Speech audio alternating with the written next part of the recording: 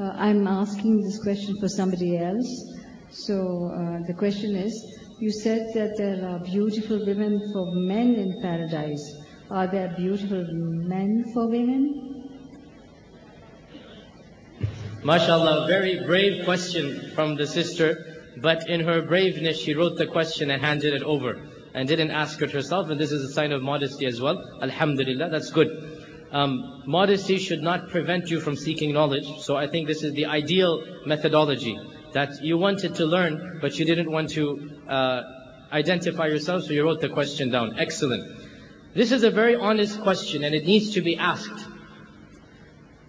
Many of the people are confused. Why does Allah subhanahu wa ta'ala talk about beautiful women for the men, and He does not talk about handsome men for the women? Will not the women also be blessed with a mate and spouse in Jannah?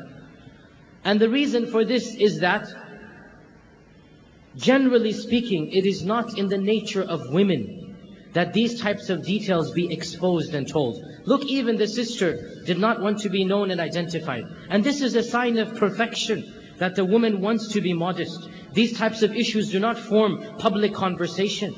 And so the Quran does not emphasize this point. It doesn't publicize it.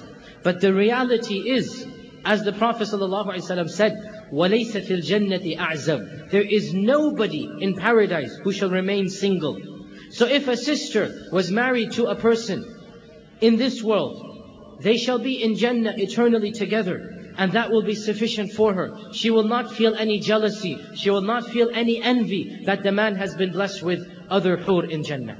But if a sister were single and she did not marry, or she did not have a husband, or her husband, we seek Allah's refuge, was so bad he didn't make it to Jannah. She made it but he didn't make it.